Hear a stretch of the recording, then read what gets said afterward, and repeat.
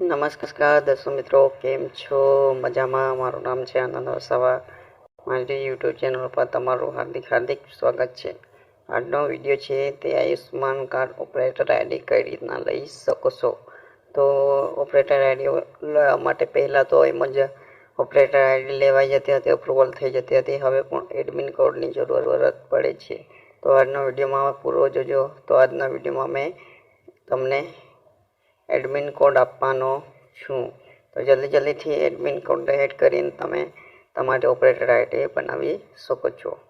તો સૌપ્રથમ આપણે અહીંયા PMJYની વેબસાઇટ છે ઓફિશિયલ, ને તેના પર આપણે જવાનું છે. સૌપ્રથમ આપણે અહીંયા કોઈ પણ બ્રાઉઝર ઓપન કરી લેવાનું છે. ક્રોમ બ્રાઉઝર હશે તે ઓપન કરી લેવાનું છે અને સર્ચ મારવાનું છે UMP PMJY સર્ચ માટે પછી તમારે જોઈ શકો છો તમારે આ વેબસાઇટ છે. આ વેબસાઇટ છે બીજા નંબરની. એ વેબસાઇટ પર આપણે ક્લિક કરવાનું રહેશે. અહીંયા ક્લિક કરી દઉં છું હું.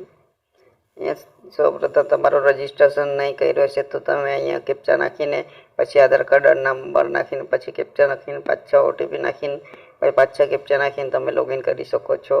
આઈડી પાસપોર્ટ બનાવવા માટે એડમિન કોડ લઈને પછી બનાવી શકો છો.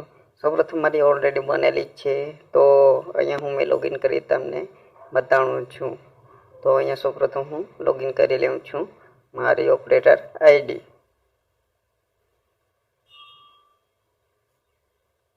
જોઈ શકો છો. તો મેં અહીંયા લોગિન ઉપર ક્લિક કરી દઉં છું.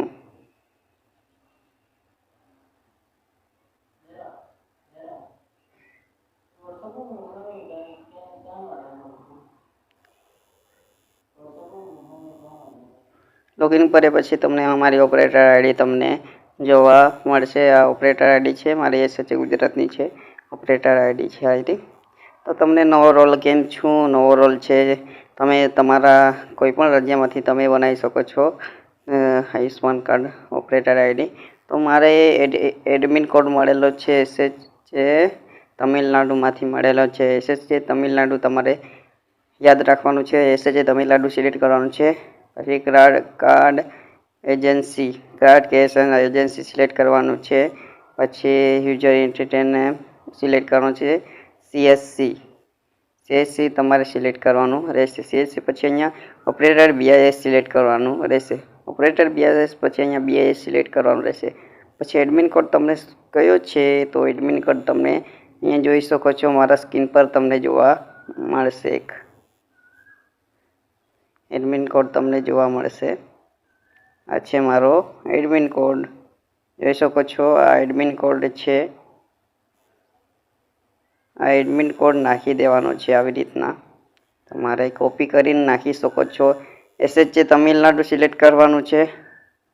SH છે તમિલનાડુ પછી card agency CSC operator BIS પછી આયરો એડમિન કોડ સિલેક્ટ કરવાનો છે. પછી એડ ઉપર ક્લિક કરું છું મેં. તો જોઈ શકો છો સક્સેસફુલ એડ થવા ગયેલું છે. જોઈ શકો છો તમે આવી રીતના તમે સક્સેસફુલ કરી ગયેલું છે.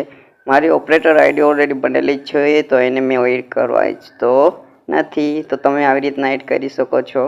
તો જલ્દી તમે એડ કરી લો, જેથી કરીને તમે બી આયુષ્માન ભારત કાર્ડના ઓપરેટર બની જશો. જેથી કરીને જલ્દી કરી લો. પછી આવો નવો વિડીયો જોવા માટે મારી ચેનલને સબસ્ક્રાઈબર કરજો અને લાઈક કરજો. આવજો.